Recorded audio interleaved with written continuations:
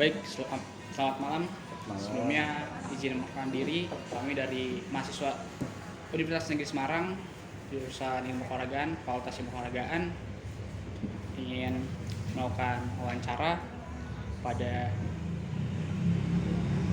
pihak dari Suara Merdeka. Sebelumnya terima kasih karena telah menyempatkan waktunya di tengah kesibukan Masnya. Sebelumnya Masnya bisa mengenalkan diri, namanya. Oke, terima kasih atas kesempatannya. Nama saya Krisna Satriawan. saya berkecimpung di dunia jurnalistik sejak tahun 2006. Pertama saya di Media Kompas, kemudian saya pindah ke Semarang ke Suara Merdeka. Dari awal saya memang sudah di olahraga. Pengalaman saya liputan di dalam negeri, multi event seperti PON 2008, 2012, 2016 dan terakhir kemarin di Papua. Kemudian SEA Games itu mulai tahun 2009, 2011, 2013, terakhir 2017. Kemudian Asian Games Incheon, kemudian Asian Games di Jakarta Palembang. Kemudian sudah jadi host di Piala Dunia U20 gagal tapi di sini. Oke, terima. Mungkin itu saja perkenalannya. Saya dari Suara Merdeka sejak tahun 2010. Nah, monggo. Jadi Mas sendiri tuh bergelut di dunia jurnalistik itu udah cukup lama ya? Ya, Dari 2006. lumayan lah 2006. Dan itu langsung di bagian olahraga. Pertama umum dulu pasti. Umum. Pasti seorang jurnalis itu nggak mungkin langsung spesialisasi ya, pasti ada spesialisasi. Bersama kita di umum, saya pernah di kriminal, pernah di ekonomi, pernah di mana lagi ya, di hukum, itu pernah. Harus all round dulu, wartawan itu harus all round dulu. Kemudian namanya istilahnya tuh floating itu bagian sapu jagat. Misalnya ada kejadian kayak bencana alam ya kita yang berangkat, tim floating itu yang berangkat. Nah, awal-awal di situ saya di floating itu pasti harus di situ dulu untuk mematangkan wawasan, itu harus di situ. Baik, langsung saja mungkin masuk ke tema dari wawancara kali ini mengenai profesionalitas dari jurnalistik. Mungkin saya ingin bertanya mengenai keterampilan apa yang harus dimiliki oleh seorang jurnalis agar pekerjaannya berjalan dengan lancar. Keterampilan apa? Wartawan itu yang pertama harus suka, cinta dulu. Tanpa cinta pada profesi wartawan tidak akan mungkin seorang itu betah. Pengalaman banyak sekali teman yang mencoba tidak, wah kita asik ya di wartawan ya, kenalannya banyak gini. Tidak betah. Karena pressure-nya memang tinggi. Pertama, pada dasarnya wartawan itu kerja 24 jam. Saya pernah pengalaman di bagian waktu di floating itu. Kerja dari pagi liputan, itu pulang rumah. Baru copot sepatu udah ditelepon, ada kebakaran. Ya sudah berangkat. Mau nggak mau, itu salah satu tantangan di jurnalistik. Kemudian apalagi Tadi keterampilan, terusnya nih gimana seorang jurnalis itu bisa meningkatkan kualitas dari karyanya? Kualitas karyanya. Yang pertama baca. Oh ya, referensi. Banyak referensi. Soal wartawan, kok kita nggak mau baca, ya sudah, nggak akan berkembang. Yeah. Yang kedua, banyaklah kolega. Itu yang penting. Terus yang kedua ya itu baca, sering berinteraksi dengan orang. Terus apa lagi? Biasalah kalau ada pelatihan gitu ya ikut. Apalagi sekarang di era digital ya, beda ya. Kalau saya kan saya mengalami dari masa kemasan media cetak, kemudian digital, sekarang beralih ke medsos. Nah, ini tiga ini karena kan peralihannya ini. Media digital pun sekarang udah beda loh, udah mau tergeser dengan medsos. Itu.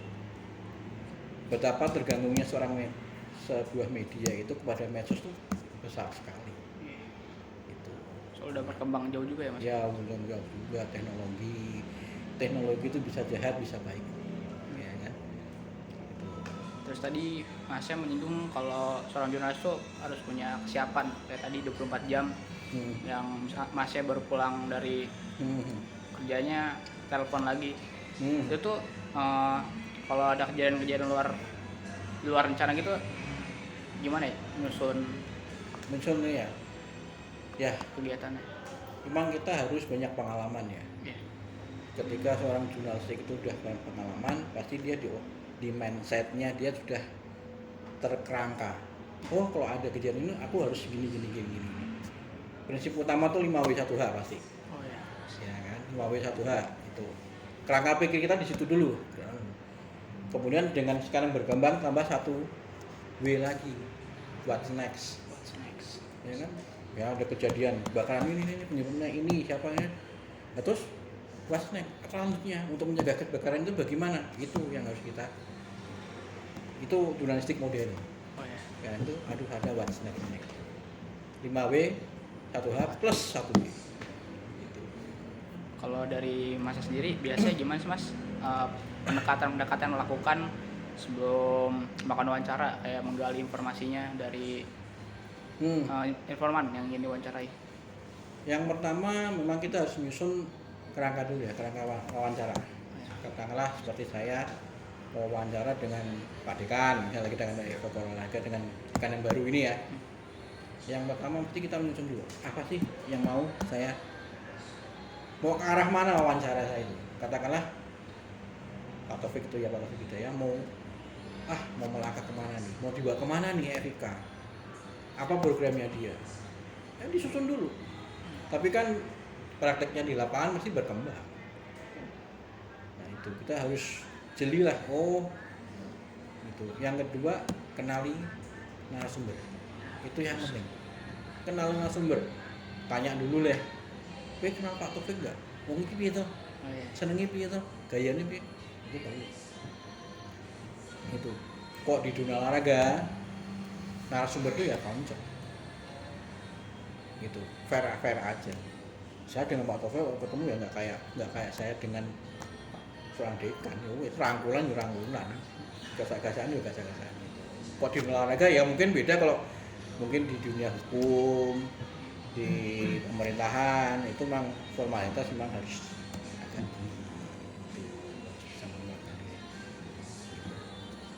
yang pertama itu kita kenal dulu dengan narasumber orangnya di bagaimana, cari tanya aja,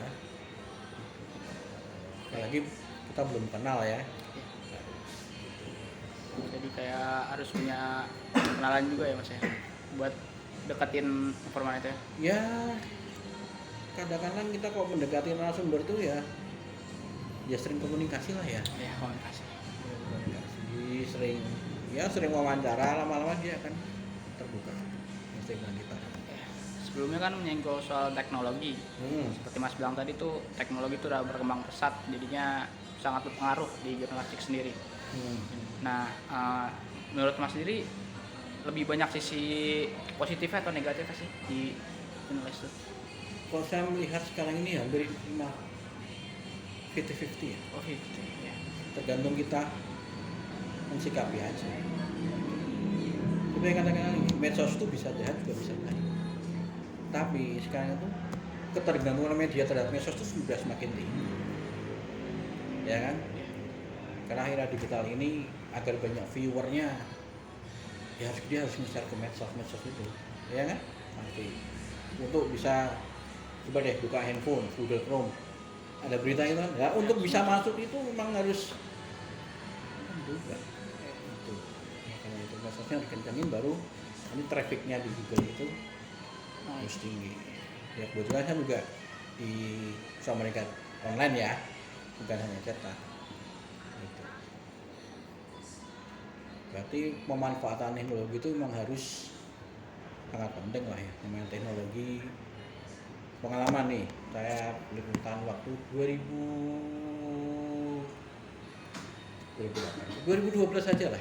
2012 saja waktu saya di PON itu masih setengah manual pemanfaatan teknologi karena beda sama sekarang udah saking cepatnya lewat Instagram kita udah tahu hasilnya kan.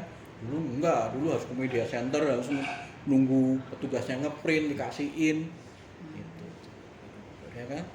Makanya ya lah nggak salah, kita tinggal tunggu medsos saja paling keluar gitu. Kalau nggak di web ya, di web lah, website gitu. Itu pemanfaatan yang positif nah, gitu biar masyarakat cepat tahu oh ini tuh hasilnya. Jadi, apalagi sekarang ada SEA Games pasti kan ngikutin kan, pasti kan lewat Instagram lah pasti tahu oh Indonesia masih udah berapa ya kan. Iya. Gitu. Oke, mungkin lanjut ke pertanyaan selanjutnya mengenai eksistensi. Menurut Mas sendiri eksistensi jurnalistik olahraga di masa saat ini tuh gimana ya Mas? Eksistensi gimana? Keberadaan tentang jurnalistik olahraga kayak berita-berita tentang olahraga gitu. Berita tentang olahraga. Apakah sekarang tuh jadi lebih baik gitu? Apa tersusun dengan baik lah di masa ini dibanding sebelumnya? Ya oke. Saya kalau di olahraga termasuk senior ya. Oh ya. Gitu. Seorang wartawan olahraga itu dibahagiannya ora wegah rekoso. Nah, balik lagi ke teknologi tadi. Dengan adanya medsos, dengan adanya itu wartawan tuh masuk ke lapangan. Itu kelemahannya sekarang wartawan. Nggak usah perlu lama deh, paling udah tahu hasilnya dari medsos mantap. Padahal wartawan tuh nggak gitu aja. Seperti yang katakan tadi, kita harus dekat dengan narasumber. Gitu. Kita harus dekat narasumber. Dengan kita dekat narasumber akan terbuka pasti. Yes. Dari A sampai Z tahu. Gitu. Itu ini Pak Hadi, pelatih angkat besi ya. Saya sampai A sampai Z bicara Pak Hadi ngelatih, Pak Burhan Pak Hadi, saya tahu. Karena saya dekat dengan dia. Itu. Nah itu, makanya itu. Eksistensi itu juga eksistensi kita sebenarnya. Biar kita tuh diakui. Gitu. Makanya orang ber, Mas siapa namanya? Daniel. Mas Daniel, Pak. Wartawan apa sih? Wartawan di sih. Gitu. Saya nggak sombong. Coba deh kamu sejawat tengah-tengah. Wartawan olahraga namanya Krishna Satriawan Desa Merdeka. Insya Allah banyak tahu. Gitu. Karena saya nggak mau sekedar mengandalkan medsos, enggak bisa. Kita harus ke lapangan. Namanya wartawan harus ke lapangan dong. Iya. Apalagi multi event kayak SEA Games. Asiknya tuh di lapangan. Bukan mengandalkan medsos aja. Emang kita wartawan medsos kan enggak? Sekarang udah bisa jadi wartawan kok dengan adanya medsos ini. Ya kan? Kamu tuh. Wah, udah kejadian nih terus di medsos saya. Ya kan? Dan itu bisa loh dikutip dengan wartawan. Hebatnya lagi. Kayak Instagram info kejadian Semarang. Itu banyak loh medsos media-media digital tuh yang ngikut aja deh. Itu. Nah, kita boleh lah kita terbantu dengan itu, tapi ya gimana ya, kok sebisa mungkin ke lapangan. Kalau memang nggak memungkinkan ya oke lah. Mungkin tuh seperti yang tadi saya gara-gara pesatnya terlalu cepat ya perkembangannya. Iya, itu plus minusnya gitu lah. Iya. Ada plus minusnya. Kita terbantu banget dengan teknologi pasti. Baik lagi ke jurnalistik olahraga, kalau menurut Mas sendiri dari berita-berita olahraga itu mempengaruhi nggak sih Mas ke industri olahraga? Kayak apakah tentang apa? Karena banyaknya liputan soal sepak bola, jadi terbantu tuh dari penjualan sepatu, bola dan lain-lainnya. Ya, cukup ya. Nah, cukup banget. Banyak diakui. Seperti saya liputan PSIS gitu ya. Itu dia merchandise-nya terangkat gitu, sangat membantu. Oh iya. Gitu. Sebenarnya dunia olahraga dengan media itu bukan sesuatu maksud saya apa tuh ya saling menopang lah gitu. Makanya sekarang ini industri olahraga itu ya jadi istri media juga sebenarnya. Itu bagaimana sebuah klub sepak bola itu juga mengelola media sih, mau nggak mau. Itu dari media sosialnya, media mainstreamnya, media digital dan itu. Itulah. Mungkin lanjut yang selanjutnya dari Suara Merdeka sendiri, apa ada jadwal mengenai liputan soal olahraga itu, Pak? Apa emang ngalir aja? Mengalir saja, Mengalir saja. tapi wartawan juga harus punya jadwal.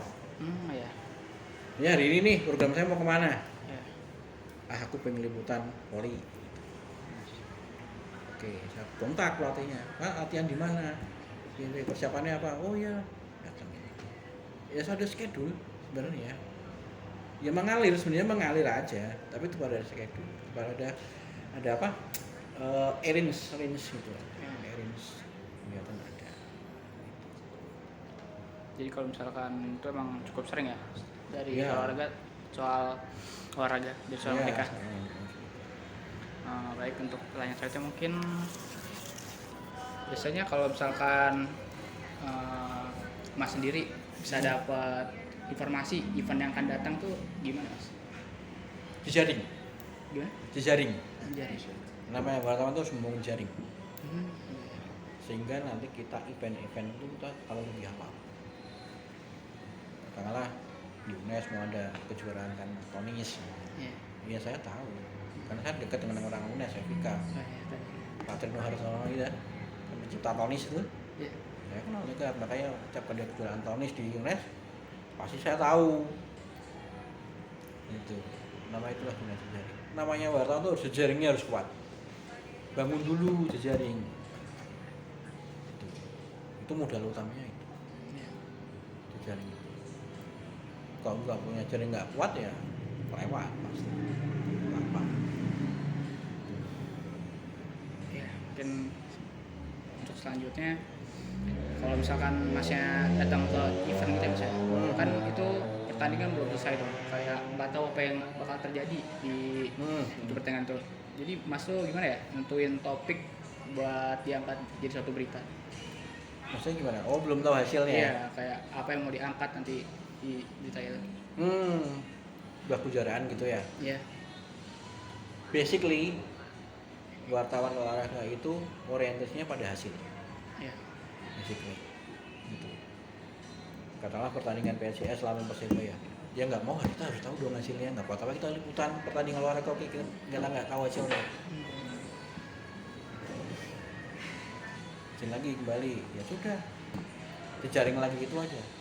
Katakanlah kadang-kadang wartawan kan terbatas waktu ya, kita harus kesini. Yang penting kita datang lihat pertandingan, oh gini soal hasil, nah, kontak aja buat apa manajernya, telepon, Pak gimana hasilnya tadi gini bla bla bla bla, piye pendapatmu soal pertandingan tadi bla bla bla gitu. Itu kok terpaksanya. Iya. Jadi bisa mengalir juga ya, misalkan PSIS lawan tim dari Persebaya yang menang PSIS, jadi pertanyaan bisa mengalir aja ya. Iya, buat mengalir, pemain PSIS. masih mengalir.